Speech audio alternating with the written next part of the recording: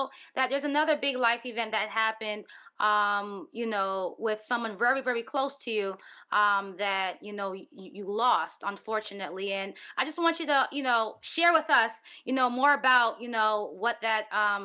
what happened and, how it changed you. Yeah, for sure.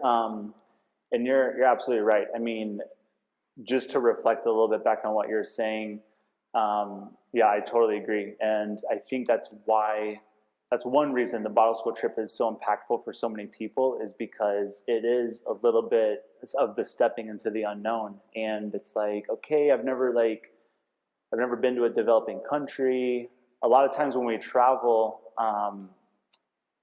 this is a generality, obviously, but when people tend to travel, they're not necessarily going and looking to serve. They're kind of going in a self-service way, maybe, and absolutely nothing wrong with that. And in those situations, you're not necessarily getting out of your comfort zone. In Guatemala, going to a developing country, I don't know how the food's going to be, what are the showers like. There's a lot of uncertainty here. So yeah, it pushes people and it brings people really close together because we're more relying on each other to build our community and find comfort in other people, which is really beautiful. So yeah, you're absolutely right.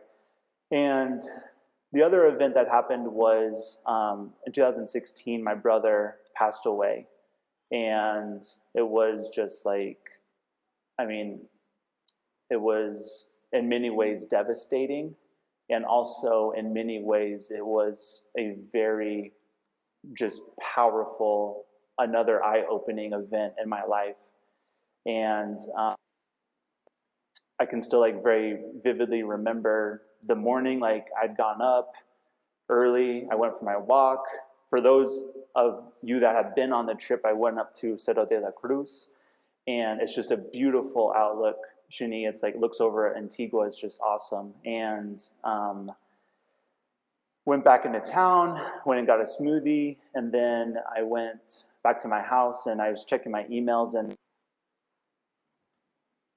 that so, and she's obviously just hysterical, and she tells me that my brother's dead.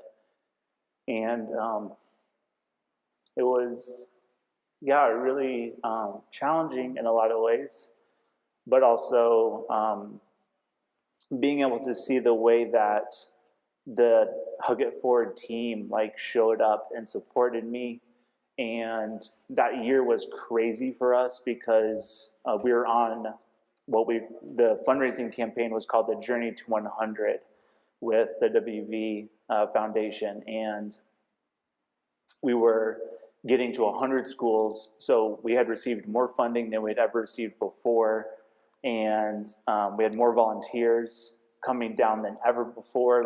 We hosted 500 volunteers that year, which is just that is my brother dying, and me being the systems guy, kind of my my given name in the organization is air traffic controller, just kind of watching everything, managing, and I had to leave, so my team supported me, and I was in Dallas within 24 hours, and I was able to be there for my family and really show up in a really nice way and support my mom and my dad through that, and then just learn a lot of lessons through that as well. And I think that's where a little bit of the calmness comes from, because when you go through an event like that, it really puts things into perspective, and it helps with just clarity around how valuable our time is and how valuable our connections are. And the really beautiful thing is that my brother Alex had been to Guatemala the year before on one of our trips, and he and I were able to just even more so solidify our connection during that trip. And he loved it in Guatemala, and he found so much joy here. So it was just great to see him in that light, being silly and playing with kids like he liked to do and all that stuff. And And it also opened me up a little bit more spiritually, which was really nice when he passed away. So yeah, it was, like I said, devastating, but also I'm really grateful for all of the lessons that came from that very challenging situation.